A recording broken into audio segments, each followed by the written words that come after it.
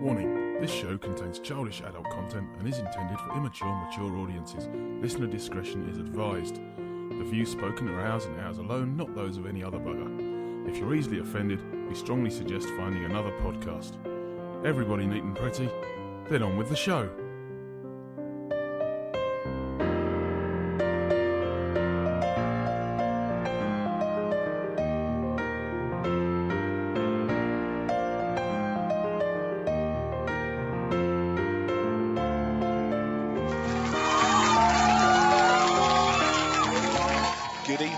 Welcome to another edition of Dis After Dark. I am Nick. Paul D. Paul W. And I'm Chris. And it's not just the four of us tonight. Mr. Lucas can't be with us. He's busy driving a train, I believe, making choo-choo noises as he goes. Do you reckon he does that? I reckon he does. Yeah. You think so? Yeah, I reckon. I bet he's got especially the horn bit. Yeah, well, he does love it. Him and horns go well together. But I think this week he's probably imitating, what was it, the Disney Magic? Yes, which will come to a bit later on. Obviously, probably making that horn sound. But we do have a very special guest. I consider this person to be a very special guest. I'm sure you will as well. Special guest, would you like to reveal yourself? I am Amanda, or BostonWhite, as I'm known on social media. And what a celebrity she is, especially compared to these like losers. A real talent, somebody who people actually care about. But yeah, so thank you very much for joining us. You're very welcome. I'm sure people have noticed that Boston or Amanda has been doing a few bits on our website, which is of course Mr. D. Dis After Dark.blogspot.co.uk or something like that. Off the top of his tongue. Knows it so well at the back of his hand. But yes, I'm sure you've seen her work on there. But you probably knew her before she got involved with us scallywags. So so thank you very much for joining us. We're going to be talking a lot about you on the show. And what you do and bits and pieces, and also for those that joined the very secret, so secret people were joining the wrong group, secret club, known as the unofficial Dad's Army. Not that Dad's Army, British people, the other Dad's Army, which is DADS as well. If you see our logo, right group. If you see an old man in a triangular green hat, wrong group. That's probably the easiest way to remember it.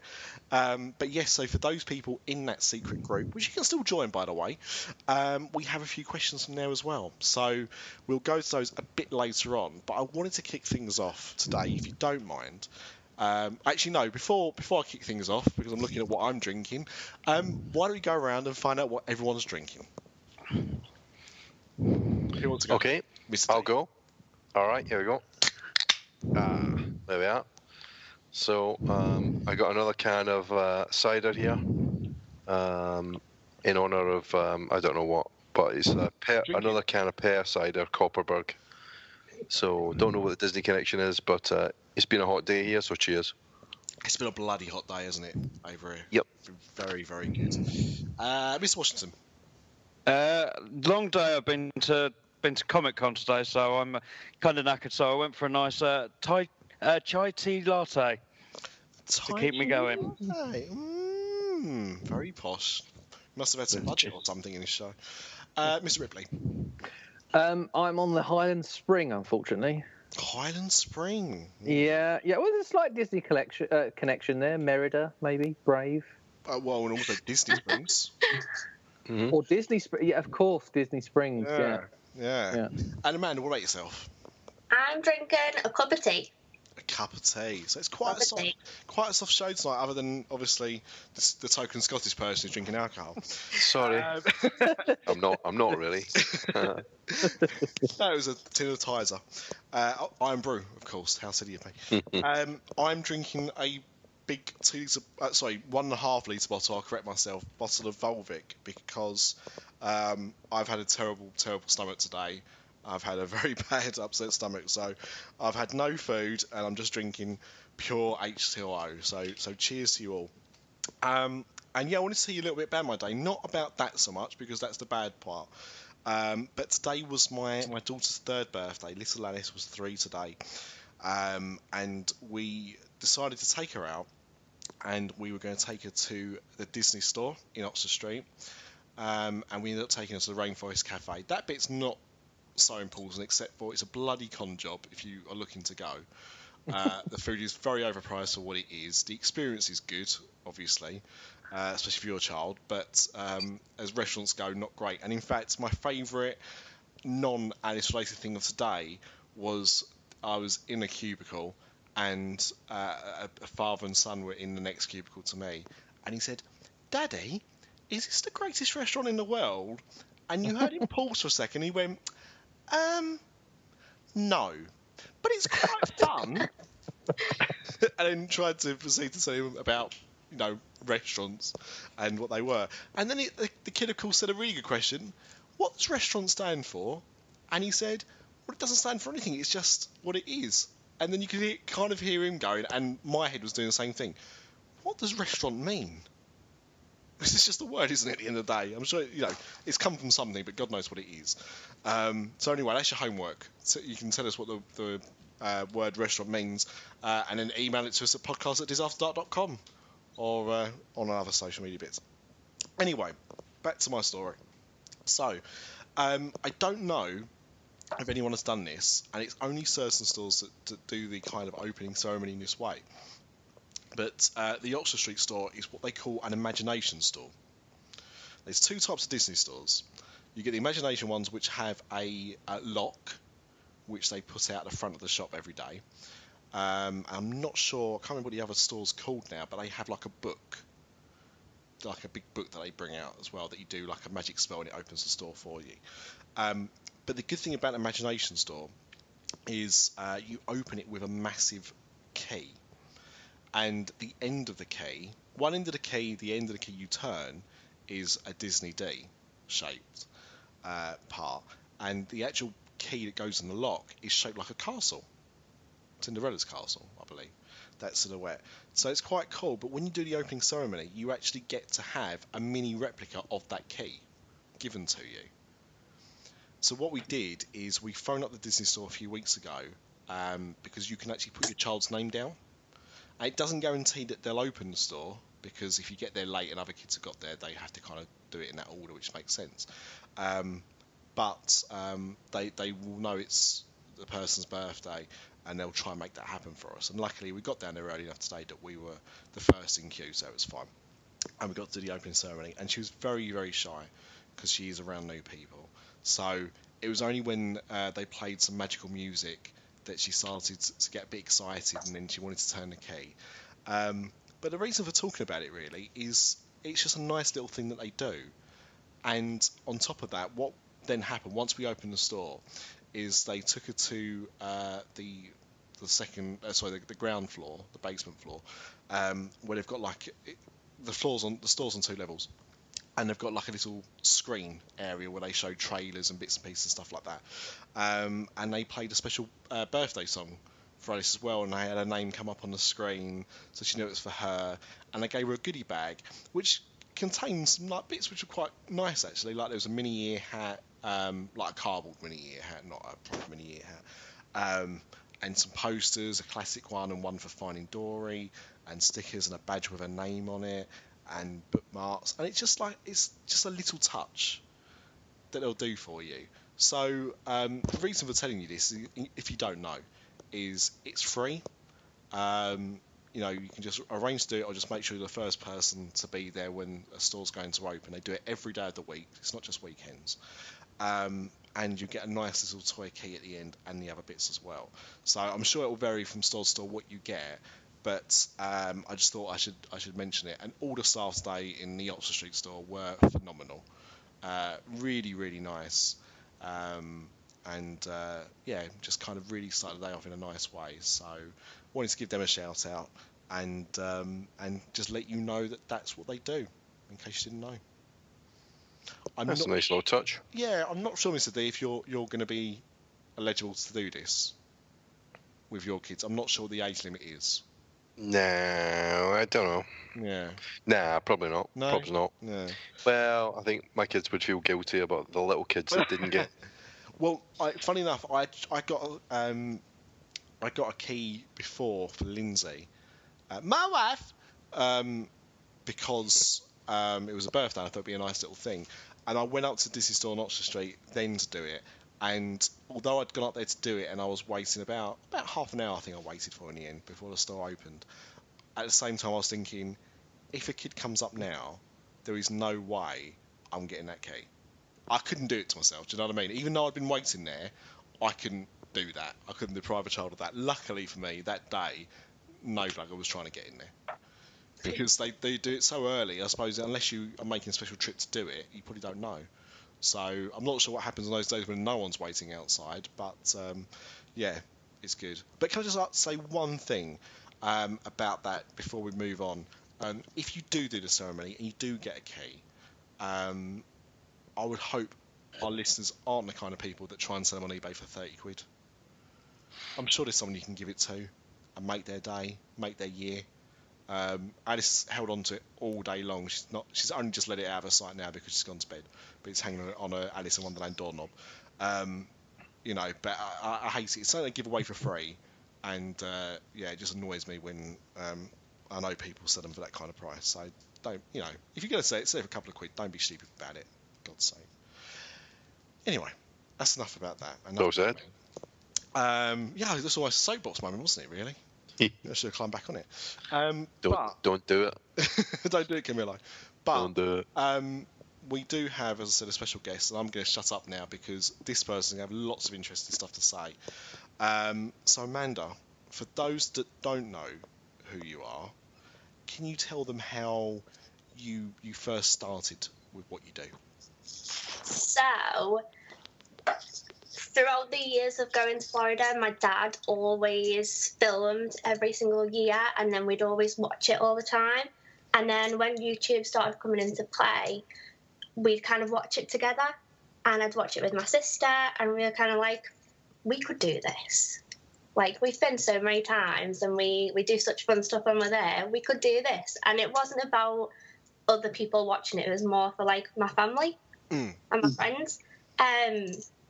But basically, I'd been thinking for years, I'm going to make a YouTube channel, I'm going to make a whole social media, and we'll just start doing it. And then I finally did it in April. So we did our first vlog our first official vlog in Alton Towers. And that kind of got a little bit of attention. So I made a welcome video, and then that got even more attention. And then you guys got in touch with me. And then it kind of just spiraled from there, really. So on my last visit to Florida last year, I did film a little bit.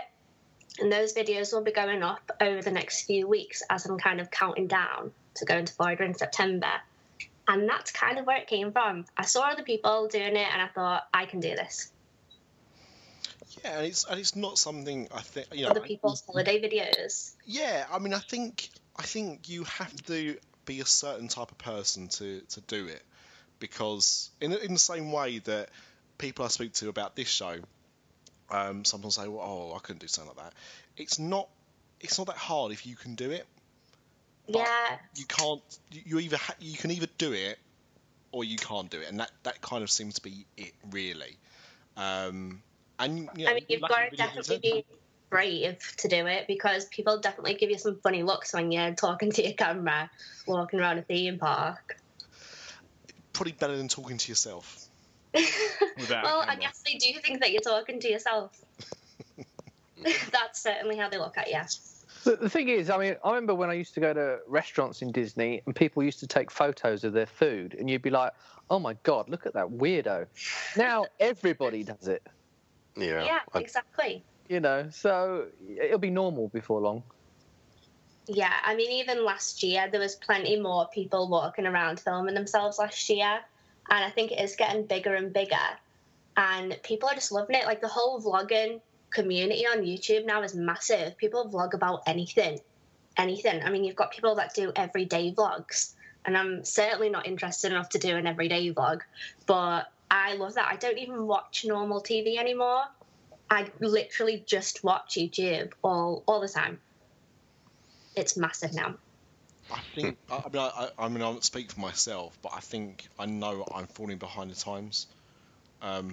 In terms of like what's cool and hip and trendy at the tender age of 32, because obviously I've been aware of YouTube since about 2006. That's when I first found it myself. I do watch it, but like you say, I think people are kind of more and more using it for all of their viewing, or certainly like a good portion of how they view visual content. Whilst I'm still pretty much, what time's this on? I'll record it on the box. Well, the thing is, Nick, we're Generation X. The millennials, they don't even know what EastEnders is. This is a good point. I understand what you're saying, actually. I'm kind of twisted when it comes to YouTube because I'm sort of back to the future. So I watch YouTube quite a lot, which is kind of now and trendy. However, what I'm watching on YouTube is all the old 1980s episodes of TV series that you can't get on DVD. So how sad is that? Well, I think that leads to an interesting question, Mr. D. What exactly are you watching? Yeah, which ones? Oh, all sorts. Love Thy Neighbour. Yeah, all sorts of crap. Love Thy Neighbour. There could be a reason why that's not on DVD. Yeah, there might be. Yeah, it's a bit like Song of the South, but worse. So, I mean, you mentioned there, Amanda, that you've been going for a hell of a long time. You're a woman. We're not going to ask your age, so obviously we'll ask your weight instead. No. No. So, what I really wanted to find out there was if you know exactly how many years you've been going there. For 24 years. Oh, wow. So since 1992. Okay, wow. A long time. Yeah. Mm-hmm. How many times have you been then, Amanda? I think it's about 16 or 17. Wow. Something like that. I think I've lost count. Must have been And any other 1992, surely. Yeah, it's been a long time. And always Florida or any other parks visited? That's just to Florida, but I have been to Disneyland Paris as well one time. Right. How long ago did you go there? Okay. Yeah, I was going to say, because that, all the parks change, don't they? But I think Disneyland Paris, I think it definitely depends on when you've gone. It does depend quite often on your experience. I remember the first time that me and Lindsay had gone, she'd never gone before, and I'd gone quite a few times by this point, and the Alice in Wonderland maze, nothing worked in it at all. But you went back the next year and everything had been repainted, replanted, working. So I do think it can have an effect when you go, which you don't tend to get with the other parks, I don't think.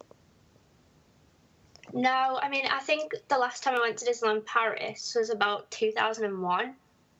Wow, okay, yeah. So it's definitely been a long time. And I did want to plan to go this year. No one had come with me.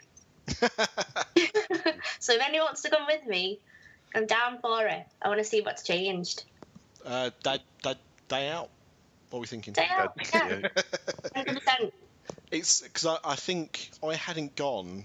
I went in 92 when it first opened and 95. And then between then and when I next went, how many years? Well, it was 2002 when I next went. So it was quite a few years past. And by that point, the studios had just opened, literally just opened. So you've only been there when it's been a one. I was going to say like a one park day, but it's not. The studios is a one park day, that's for sure. But yes, you'd have only known the original park, so it's changed quite a lot actually in that time. So you'd probably be quite surprised with the changes that have happened. Yeah, I mean, I've got quite a lot of followers on Twitter that seem to go to Disneyland Paris like once a month, and I don't know how, because when I was searching for it, it was coming up pretty much the same price as going to Florida.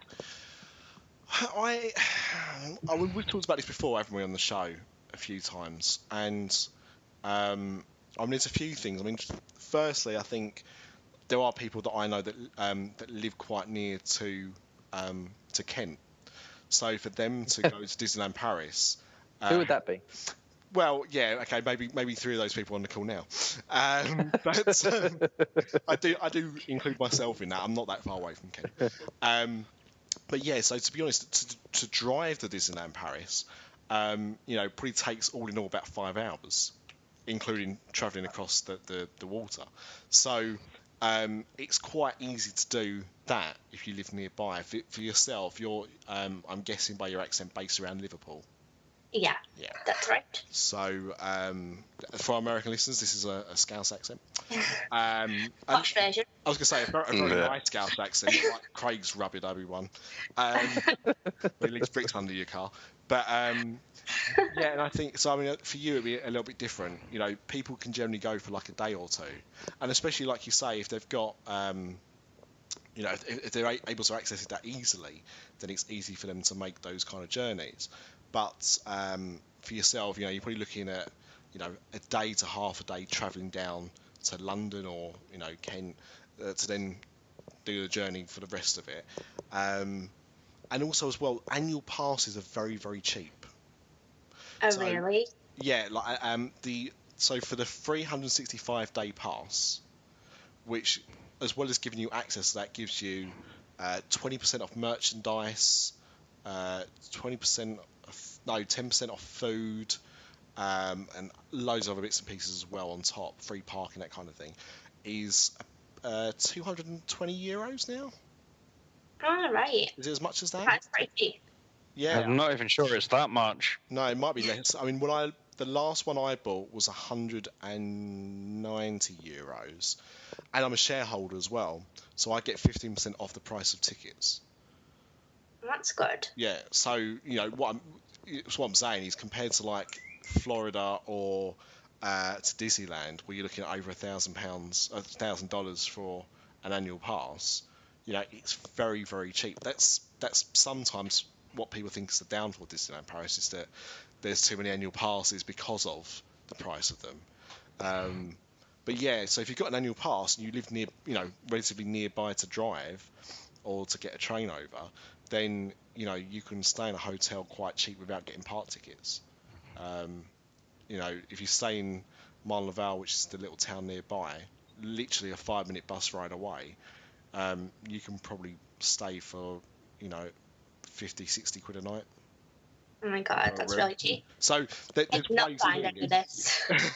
Well, that's it, and I think a lot of people, I know, if you like look direct at going to Disneyland and booking with them, it can be very expensive unless you go when there's a deal on. So maybe that's a show that we need to do again, guys. Or if you move to Spain, isn't it? They get cheaper deals, don't they? Well, they do at the moment, but of course, the Sun believe that they've changed the rules that Disneyland abide to, and that we're all going to be paying the same prices across Europe now.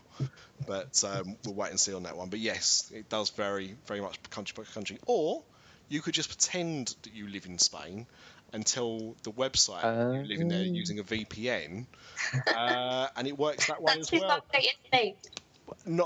So YouTube's okay, but VPNs are too complicated. Okay. Yeah.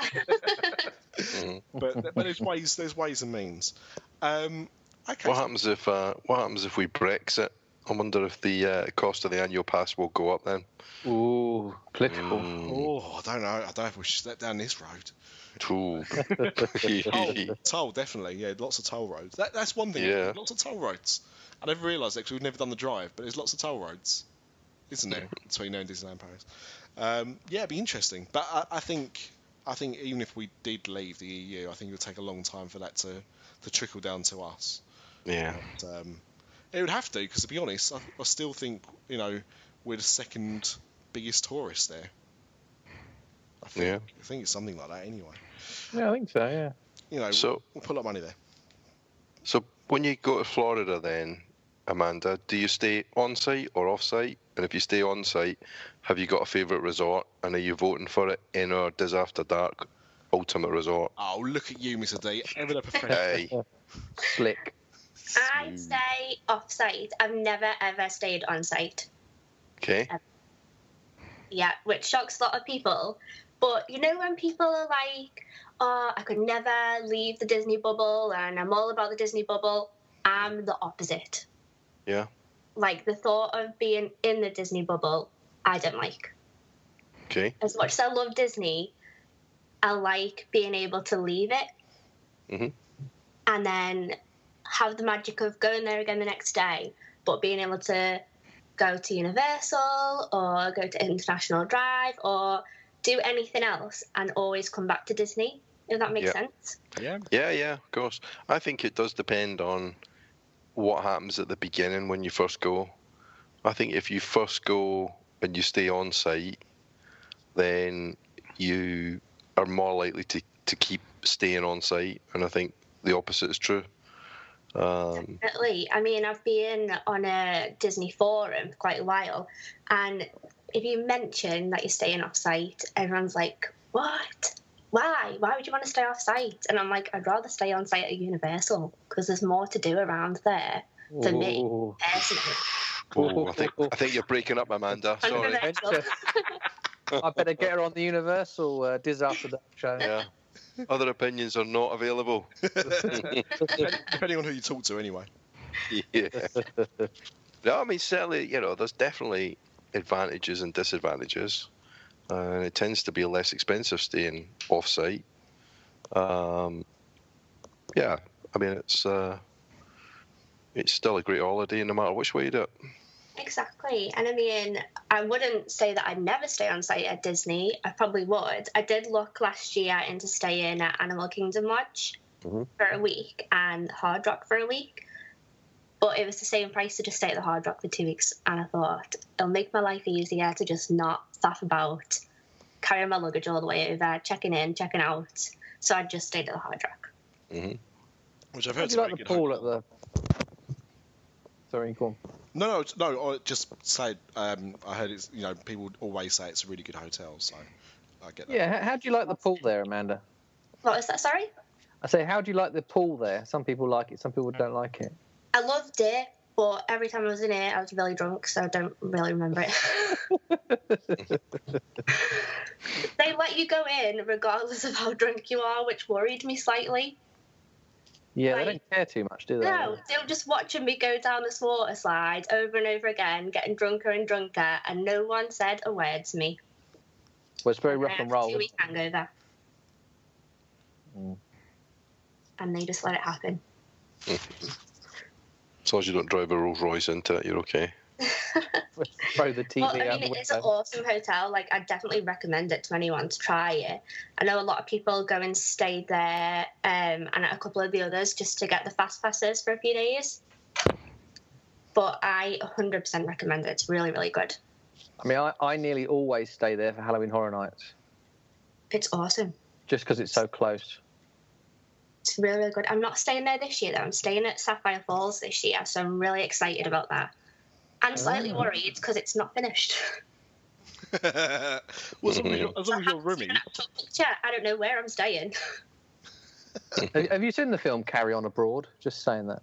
No. Well, that worries me. It's where the hotel's not finished. They go on holiday.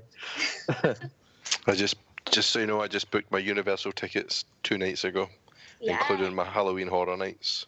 Oh, add-on ticket, first time. What, are you going this year? Yeah, 31st. We're going to be there on the 31st. Oh, that's right. Right at the end of October. Yeah, that's right. Yeah. Oh, cool. That's so cool. Can't wait. You've never been before? No, not to Halloween Horror Nights, no. Oh, you're going to love it and be super scared equally. Yeah. You know what you need, Paul? You need to buy a guidebook which is all about Halloween Horror Nights. I've heard there's a good one. Yeah, there is. Plug it. Go on. Well, the new one hasn't come out yet, so I won't plug it too much. All right. Coming soon. I look forward to reading that. Yes. Might be able to comp you a free copy. Speaking of plugs, Mr. R, talented. Oh, yes. You mean podcast? Scarezone. Scarezone.com. Podcast with Logan and Scotty and I. Comes out. We've got a new episode coming out. What's today? 29th. What is today? 30? 29th. So tomorrow it should be on iTunes, where we talk to a person about things. Who did we talk to?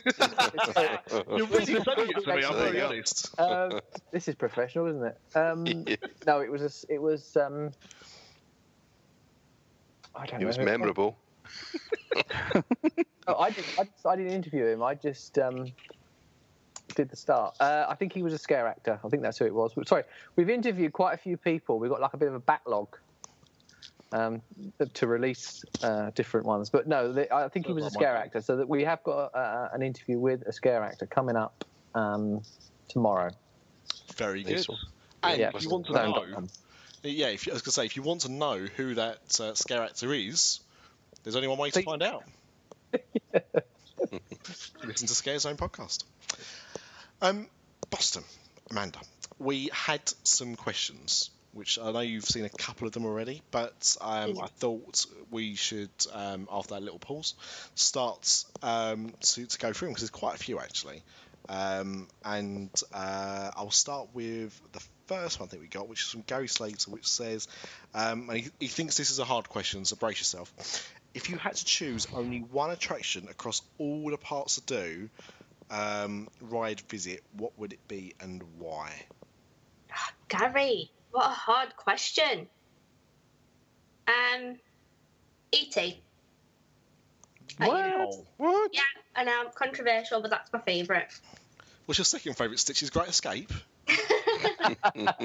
All the presidents. People seem to hate it, but honestly, I think because that was probably one of the first rides that I ever went on when I was like 2.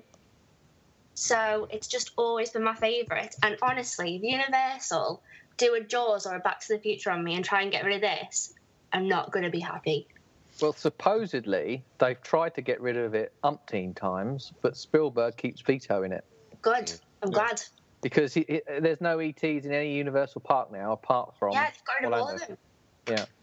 Honestly, it breaks my heart. I went like 2 years ago, and you know the little cards that they give out to you when you go in, little passports? They'd stopped giving them out because they were changing something, and I was really, really upset about it. So one of the team members came and just gave me 2. Oh. That's the little card that he speaks at the end, isn't it? Yeah, so I've just got 2 little cards, and I just carry them around with me. Things. Thank you, Wankar. E.T. fart home. Does he say goodbye, Boston, or goodbye, Amanda? Amanda, but it depends what name I give him. Sometimes I give him a fake one. Oh, it's not just me then. No. Yeah, fair enough. No. I mean, I you know what? I think what's interesting about E.T.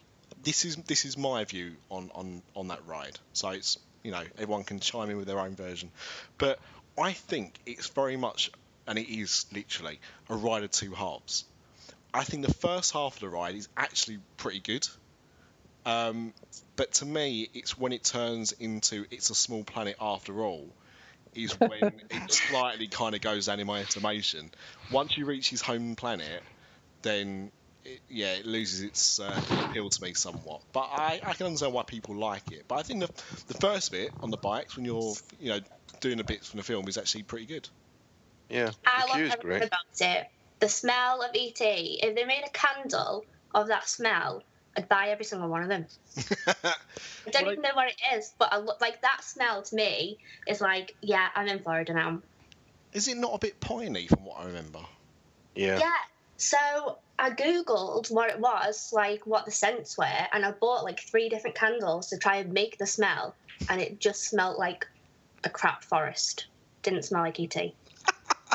I wasn't happy. Oh, what crap forest this is. Yeah, it's not even E.T. Do you want a fun fact about the queue? Yeah. It did feature in a Halloween Horror Nights house once. They actually built a house in there. Yeah, I heard that. What was it? It was... I'd have to look it up. It was...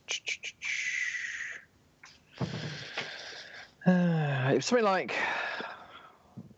something forest, obviously. Not like, maybe like Friday the 13th or something? No. What was it? I feel like this wasn't a year that I went to Halloween Horror Nights.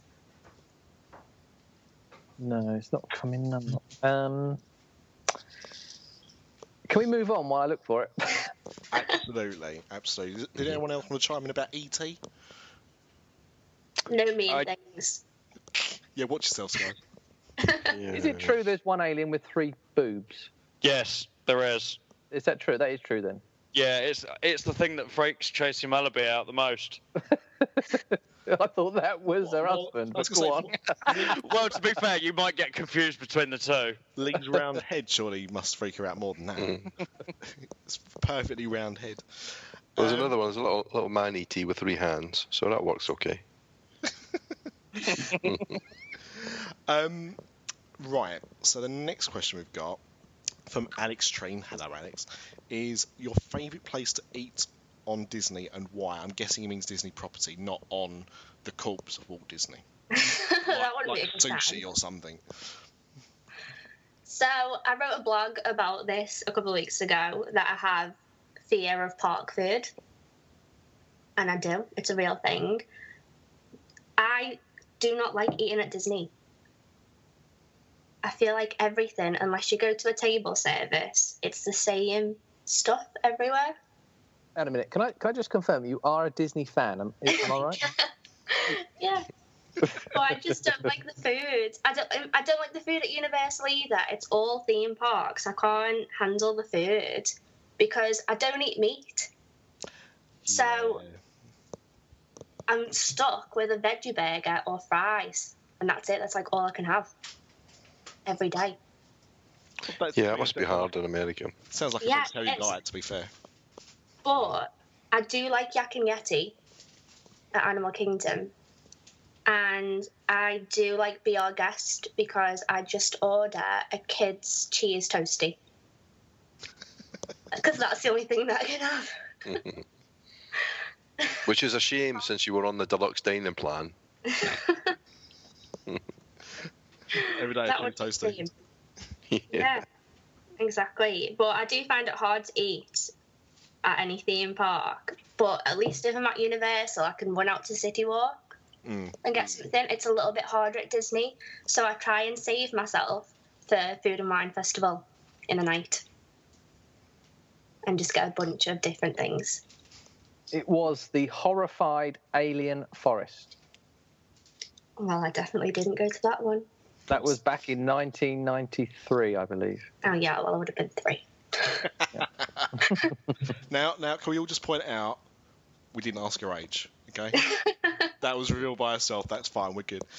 Yeah, I kind of understand what you mean a little bit. I mean, to be honest, you won't like Disneyland Paris much better either, because a lot of those places it's kind of burgers, fries, or salads.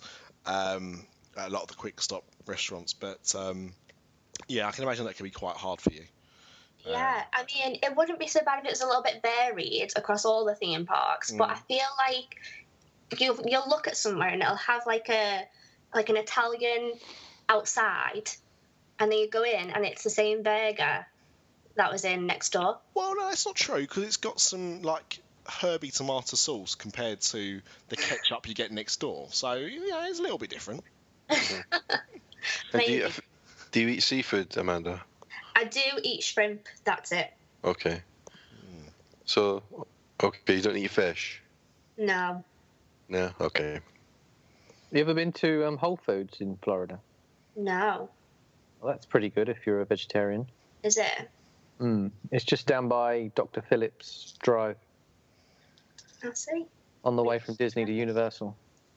I do tend to just stack up on snacks, fill my bag with them, and then literally just go to Food and Wine Festival in the night and eat loads.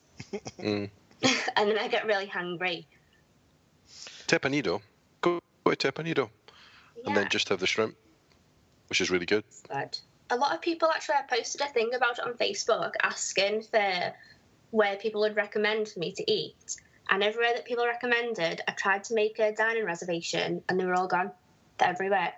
Yeah. Oh, no. Got to be quick on that 180-day window. I know. Yeah. I tell you what, you're not wrong there. Especially if you aren't staying on site. Yeah. You get the advantage of booking 10 days ahead. Yeah, you want to try and get in Beast Castle, you got no chance. No, exactly. So, Mike McGilvray, I apologise in advance if I pronounce that wrong, but I am from Essex. What is one ride to avoid in Walt Disney World? Okay, I'll be controversial again. Peter Pan. Ooh. So, Not for the ride. I think the ride, well, it's pretty much like E.T. anyway, the ride. But why has it always got such a long wait? True. because it's It's popular. always like 90-minute wait every single time. It's popular. Yeah, but really? Like that long? I think, it's a similar story in Paris, and I think the reason for that is because in Paris we've still got Snow White's Scary Adventures, and they are bloody scary, by the way, as we talked about before, and Pinocchio's Voyage, or whatever it's called.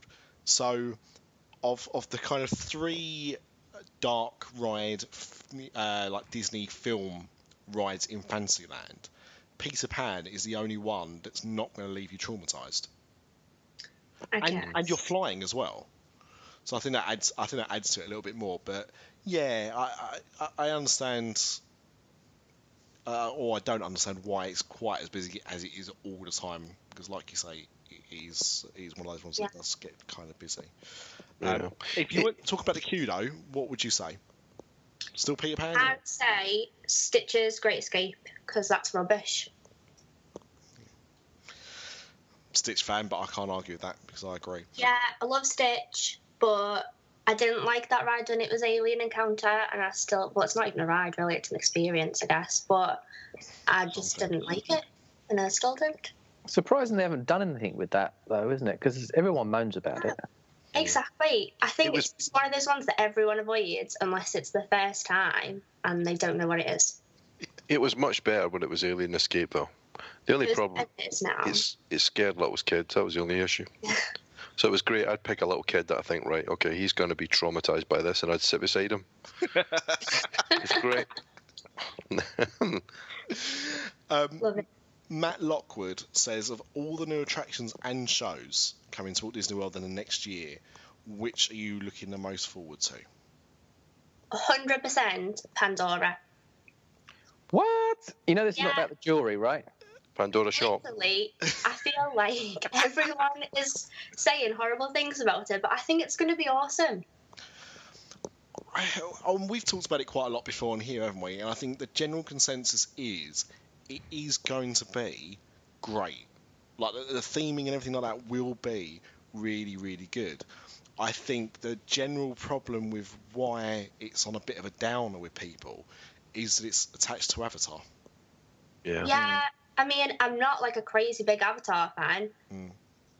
I like it. I enjoyed watching it. I thought it was a brilliant film. But I think what they're going to do is going to be amazing. So everyone's saying all the horrible things about it. You know, it's going to be crap. I think they're going to be the ones that are going to turn around when it opens and be like, oh my God, this is amazing. I think it's going to be really, really good. So that's what I'm most excited about. I think we'll be really, really excited about it, and then Star Wars Land will open. Yeah. That's me. That's what I hope. Yeah, fingers crossed. And don't get me wrong, I want it to be good. I want Avatar Land to be good. And I think you're right. I think it will be spectacular, and I think they'll do a fantastic job of it. It's just a shame the film is not great. Did anyone see the Jungle Book? Yeah. Water show? Oh, no. You were jumping too early. Sorry. Everyone's a bit cold on it, though, aren't they? Yeah, I watched it. I've watched it twice today. I thought I'd give it another shot. And, I mean, the performers are good. They do a good job, but I just I'm not really into it. Is this based on the film? Well, yeah, but it's kind of like a lot of like interpretive dancing. Is the only way that I could describe it. They must have cobbled it together, though, eh? I mean, it wasn't going to be that. Yeah, it wasn't going to be that. And then obviously the movie was such a hit that it's like, oh, okay, let's chuck something in there. But I don't get that really, because Well, maybe it's to drive merchandise, but if the movie's a hit, then the movie's a hit. So, you could add a little scene into the show that you were gonna put on, and then that's you've still kind coming of though, isn't it? Yeah, because this is just like a limited time thing, isn't it? Yeah, I think it was just due to the Rivers of Light not being ready. Well, they said that, but I don't know. If you listen to Jim Hill, I think his theory was, that they had a rethink because of how successful Jungle Book was. I don't know. I hope Rivers of Light is there by the time we get there in end of October. I heard that it is going to be about October time. Yeah, I hope so. Anyway, Amanda, you didn't mention the ride that you really shouldn't ride in Disney. There is one. Anybody know what it is? No. The teacups. Oh, I love the teacups. Oh, yeah. Don't you trip, you're Mr. Dolan. Makes me vom. Yeah. Makes you feel like I do today. Yeah, you're on your own there, mate. Yeah. I can't do it. I understand why people were like that on Star Wars, Star Tours, especially Star Tours 2, but I think you're on your own with that one, mate. Star Tours 2, not a problem. Mission Space, Orange Team, not a problem. Teacups, I'm like a little baby. I'm just a little green baby curled in the bottom of the teacup. while my kids spin it as fast as they can just to watch me throw up. Love it.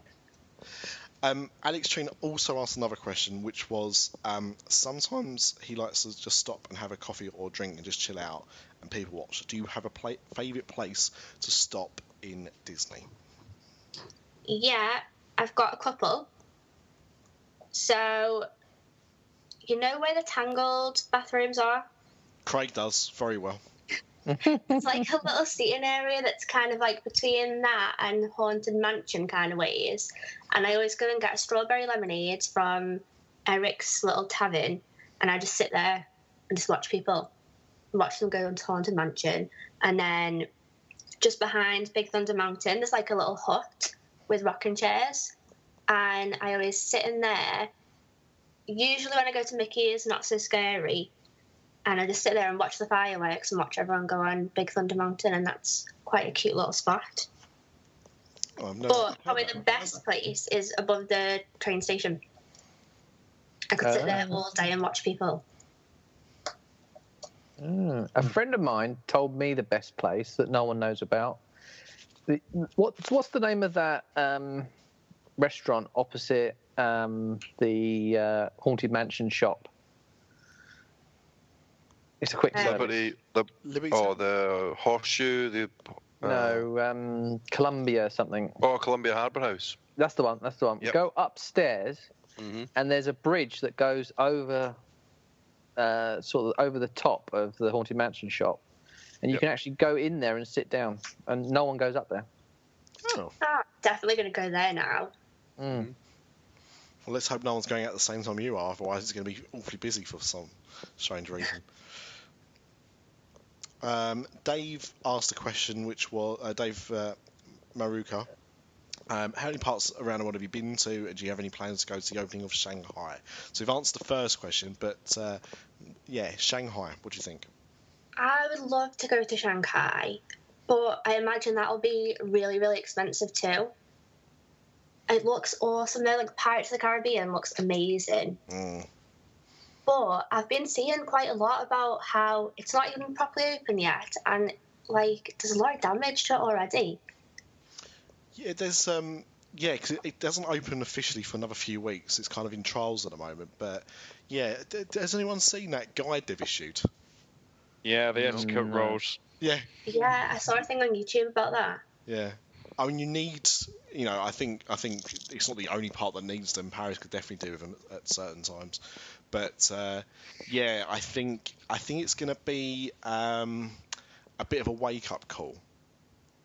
Because I think they're making a similar kind of mistake with this park as they did with Disneyland Paris or Euro Disney at the time, in that they've not really taken into account the local culture too much. Does the guide say you can't poop in the bushes then? Obviously not yet. That'll be a revision. Maybe I should make a theme park etiquette video. Well, there you go. Yeah. Rule 1, Tip do number not 1. poop in the bushes. Yeah. Rule 2, don't undo the zip on the back of the Mickey Mouse costume. Rule 3, don't go walking through the bushes in case anybody ignored Rule 1. Now, the final question that we had from the Unofficial Dad's Army Facebook page was thus from Brian Muleman, who says, my wife is not a big Disney Parks fan, however I am.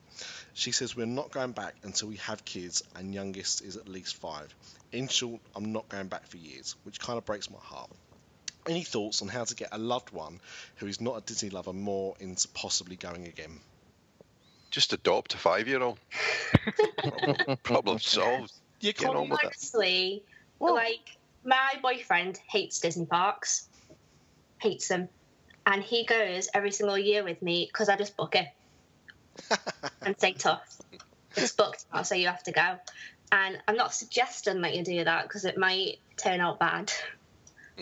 But at the same time, because I know that he doesn't have the most fun at Disney parks, I'll do things that he wants to do. So he's into classic cars. So we go to the classic car show in Old Town. Mm-hmm. Yep. He enjoys doing that, and then he's more likely to want to come to Magic Kingdom with me the next day. But as well, he watches YouTube videos with me. So if we're watching a vlogger and they're going on Thunder Mountain, he's like, oh yeah, I like Thunder Mountain actually, or oh yeah, I like this and I like doing that, and I kind of just force it on him a little bit. But he's starting to like it more now. The first time he went, he came home and said to his mum that it was like Flamingo Land, but busier. Yeah, no, I mean, I can understand That's why. what I have to deal with. Yeah, less Yorkshire people. He just doesn't understand it. He doesn't understand why people like Disney so much, but bless him, he still comes every year. He just lets me do my thing. But, I mean, try and maybe do things that she likes doing. That's it. I mean, Florida. I mean, Orlando mainly, but there's so much to see and do. And I think what's quite refreshing with what you've said so far tonight, despite the fact that you will have certain diehard Disney nerds going, "What does she mean?" Is that by not living on Disney property every time you go out there, it is kind of exploring everything else that's around, because there is so much more to do than theme parks. So exactly. I'm sure that there'll be stuff that she would enjoy doing that you can probably fit into a week or 2. You're in America, so I'm guessing you probably only go down for about a week. But that kind of thing. So I think if you look at what she's interested in, things that she likes, and just see if there's anything that's happening in the local area, and use that as a sweetener, I suppose. Yeah, I mean, there's always concerts on. There's beaches. There's so much that you could do, and just open her eyes to it a little bit. Or do what she says: have some kids, and then realise that you've got no money left anyway. Well, and it's what I've done. So it's why I can't go back. But Nick, if you wanted to go to Florida and you needed a travel agent, who should you call? Well, if you was born after 1983, you'd probably suggest Ghostbusters, because that would be in your lexicon. But of course, Ghostbusters, they're not there to book you a holiday. But our good friend Wendy is at Magical Journeys Travel. Yes. Wendy Pretter. She will gladly assist you with any holiday requests that you have. And of course, by mentioning you've heard the advert on Dis After Dark, get a nice little discount as well. Nice little bonus for you doing that. So don't try and do what Boston's done and can't get the reservations you want because you've missed out on the slots. Let Wendy take the pressure off that for you and do that on your behalf without having to worry. So please find her on Twitter at Magical Journeys, or the website is magicaljourneys.com. Really well remembered without looking at anything. I think you'll possibly find maybe a little bit true, but not too much. Yes, but very good. And also, I just wanted to shout out to Gary and Mike as well, who not only asked questions but also left us iTunes reviews, which really appreciate.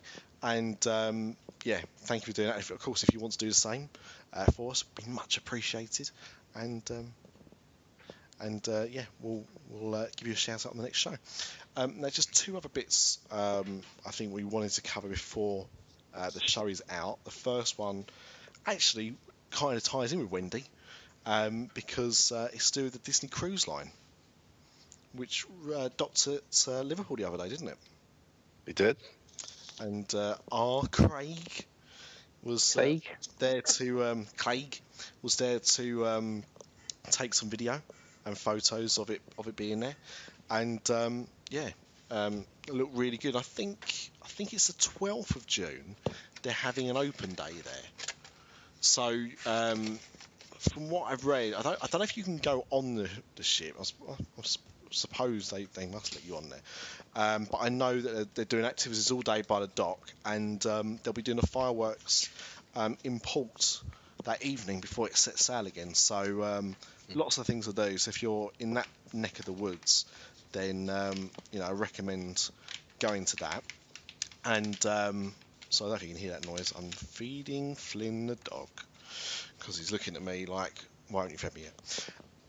And also, Wendy herself, the aforementioned Wendy, is going on the Alaskan cruise shortly. So yeah, she'll said that. Well, we're going to try and get her on the show, either while she's on the cruise or after, to hear her experience. So yeah, a bit of synergy there. And the other thing that I wanted to mention, just because it's topical, Mr. Ripley, being so talented, can multitask where most of us can't, and has spotted the weekend box office has been announced for Memorial Day weekend, which of course is happening at the moment. And the big releases in America were X-Men Apocalypse and Alice in Wonderland 2, which let's not say has flopped, but it's certainly disappointed. I think it's safe to say. It's going to finish second with 28 million, which is not a good opening at all. I mean, to be honest, even X-Men Apocalypse is going to be a bit of a disappointment because I'm not sure how much the last X-Men film opened to, but it's not good. It's not good at all. The Alice budget was 170 million. Oof. So it's got a long way to go. What do we think? Do we think it's the Johnny Depp effect? I think people might be, a bit. I don't know. Did we see enough of Alice in the first one? Did we need the first one? The first one was not like, it wasn't a smash, was it? It was pretty good. Well, box office wise, it was. Yeah, box office wise, I suppose. But I guess the buzz about it wasn't. I don't remember it being, a huge amount of buzz. So I guess I'd go and see the second one, but I wasn't particularly looking forward to it. Maybe that's just me. No, I mean, obviously because of my daughter, we have watched the original, the Tim Burton Alice in Wonderland quite a lot of recent times. I hadn't seen it since we saw it in the cinemas, and I wasn't. What annoyed me about it, I think, was the fact that it kind of strayed so far from the Disney films. Although people refer to this as like the first Disney live-action remake of recent times, I don't, because I think the story's too different. The only things that are the same are most of the characters have got the same name. Otherwise, it's quite different. I was looking forward to the film based on the trailers. I think it does look better than the first one did. But I wasn't going to go mad about it. Now, to give you an idea, when Alice in Wonderland opened, again, it was March, so a little bit earlier in the year. It was at a time when 3D was just making a massive kind of impact on things. Avatar not long opened before it. It was the only other big 3D release. That opened with 116 million. So Wow, looking at what a difference. Like an 80 odd percent, 90% drop between the opening of the first Alice in Wonderland and the sequel. They're not going to be happy. The thing is with Depp, if Pirates comes out and that's a flop, it's got to be his star's going to start to dim a bit, wouldn't it? It already is. It's Lone Ranger. Mordecai. Yeah. Oh my god. Oh god, yeah. Christ. Yeah, he's not had a hit since the last Pirates film. Really, even that wasn't great. In box office. No, in box office terms though, he's not had anything. Well, he did Black. What you call it? He was a gangster. Yeah. Black Mask or something. It was called Black Mask. But again, it was a low budget film. It did. It still didn't make number one or anything like that. It wasn't. I've never heard of it. It wasn't designed to. No. It was designed to be like a big hit. No, it's not called Black Mask because that's a film starring Jet Li. No. I'll get it. Don't worry. I'm on it. I'm on the case. But yeah, I mean, as you say, he's definitely he's definitely seems to be on a downward spiral. I actually thought Mordecai didn't look too bad. I never saw it though because of how bad the reviews were. Black Mask. Black Mask. That's it. Yeah. Which I heard he was quite good in actually. But I think, I certainly got very sick of the characters. The over the topness. You had Jack Sparrow, you had Willy Wonka, you had the Mad Hatter. It must be more. Funny you should say that. Amanda, I don't know if you've seen it, but Bill and Ted, they do a Johnny Depp character sometimes. Yeah. And he comes out and he's a bit Captain Jack Sparrow, and he's got a bit of every character that he normally plays all in one. I do love that Halloween Horror Nights, actually, that show. It's good. The only thing you can possibly say about Alice in Wonderland is it did open in a fair few less theatres, about 600 less theatre screens than X-Men Apocalypse. But I still don't think... the next few weeks, you've got Turtles coming out next weekend, Warcraft coming out the weekend after, and then the weekend after that, you've got Finding Dory. Yeah. I'm so excited. I don't think Warhammer will do any business. No, Warhammer definitely won't. Warcraft might do. Warcraft, sorry. Yeah, I've got to be honest. Like you, it's a very popular video game, but I don't see it doing as well as they're probably expecting it to be. I think they're trying to launch it as like a Lord of the Rings type franchise. I can't see that happening. But yeah, I know, and it's a Universal property as well. Which, probably kind of led into that more Third Gate and all that. But yeah, very disappointing. The one thing I will say, and this is what I thought when it was first announced, and I feel really sorry if this is the case, but the director of Alice in Wonderland 2, or Alice Through the Looking Glass, as it's known, is James Bobin. James Bobin famously directed The Flight of the Conchords, a lot of that, but he also directed the sequel to The Muppets. Oh. Now, I don't actually blame him for that movie flopping as much as it did. I don't really know why audiences weren't as taken with it. I don't think it's anywhere near as good as the first film. I think even though the songs were written by the same concorder, that the songs were anywhere near as good in Muppets Most Wanted as it was in the first film. But it just left me a little bit cold, and I don't really hold him responsible for that. I don't like to, because he seemed like such a nice guy when I went and spoke to him. But yeah, I did wonder if it had that kind of taint on it. But as I said, it's got to be disappointing. I won't have a word said against that film because my boy Ty Burrell's in it. Exactly, and I even like Ricky Gervais, so most of the time. The only good thing is because it opened. It did open elsewhere this weekend as well, so it did have another 65 million this weekend. Alice Through the Looking Glass. So yeah, just under 100 million this weekend. It'll probably break even, won't it? I would have thought. Yeah, I think it will. I mean, I think it will kill the franchise, but then I don't. The fact they dragged it out for a sequel, I think, was quite a surprise. They've left there 6 years between the first and second film as well. God, that's a long which time. Is a long time, Yeah. Especially when they announced a sequel when if the first one come out as well. I saw it on the first one on honeymoon in LA at Disney's own theatre and fell asleep during the first one. So What, El Capitan? yeah, I thought you were going to say on Betamax. I was like, no, it's not that old. That's where I saw Muppets 2 in El Capitan. I've seen nothing in El Capitan because I've not been there. Show off. Kermit was actually there. Yeah, Kermit the Frog. Very good. Not like my impression, which isn't very good, but that would have impressed me to see him there. I'll be honest. Yeah, I think it's a shame. I probably am still going to go and see it.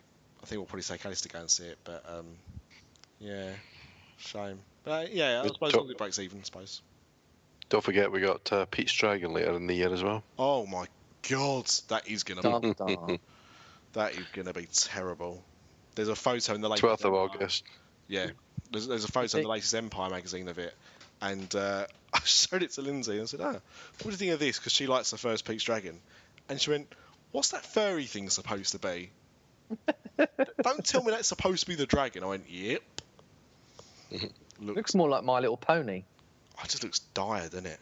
The whole thing looks dire. At least they've got the BFG to come and Finding Dory. They'll be big hit. Do you think BFG would be any good, though? Well, I thought the reviews on BFG have been a bit lukewarm. It seems to have been either it was fantastic or it was about average. It seems to be quite split. Because it opened at Cannes last week, and yeah, some of them said it was either really positive or pretty lukewarm. So it'll be interesting. I think it looks good, and I think it'll do all right. I think it will do well, and Finding Dory is going to smash it. I reckon. Yeah, I think so. Yeah, I think so. After the Last Dinosaur flopped. Yeah. I did laugh though. The same week that Pete's Dragon comes out is also Sausage Party. And on the poster, the subtitle is "A Hero Will Rise." Have you seen the trailer for Sausage Party? No. Has anyone seen the trailer for Sausage Party? No. I've got it. Your homework. Oh my God! I've just googled it. Your homework after tonight is to watch the trailer for Sausage Party. It's obviously the opposite of a Disney film, but you don't get that impression when you first start watching the trailer. And in fact, Seth Rogen, who's behind it and does one of the voices, has actually done a trailer that spoofs Walt Disney. So like the old trailers you used to get where Walt Disney would introduce a film or something like that. Yeah.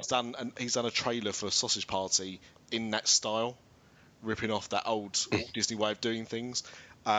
It's going to be very interesting. Apparently, like the early reviews of it have been very, very good, very complimentary. But yeah, don't take your kids to see that one. It's different audience to Pete's Dragon, I think. It's coming up to time. Amanda, again, thank you so much for coming on. I hope you've enjoyed coming on. Me. No, anytime. Apologies for running later than advertised, which in podcast terms means nothing to anyone because they're the ones doing this at this time of night. But thank you. And if you ever want to come back on, we're welcome to have you. Perfect. I'll come on whenever you want me on. Oh, well, you heard that. That's recorded. We've got that. We'll send that to our lawyers. So there's no going back on that one. Right, I suppose just before we go, you can visit us at our Facebook page at facebook.com.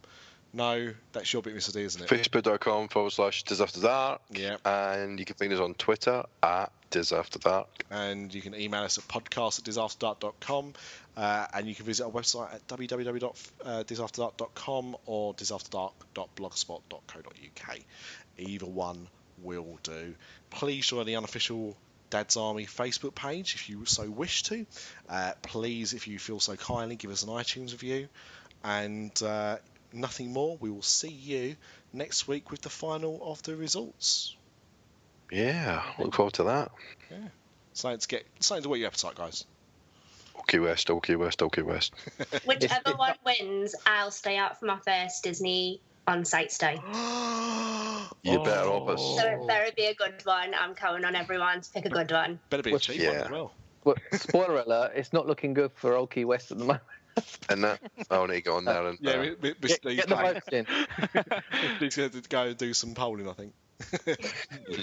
Nice one. See you next week. See ya.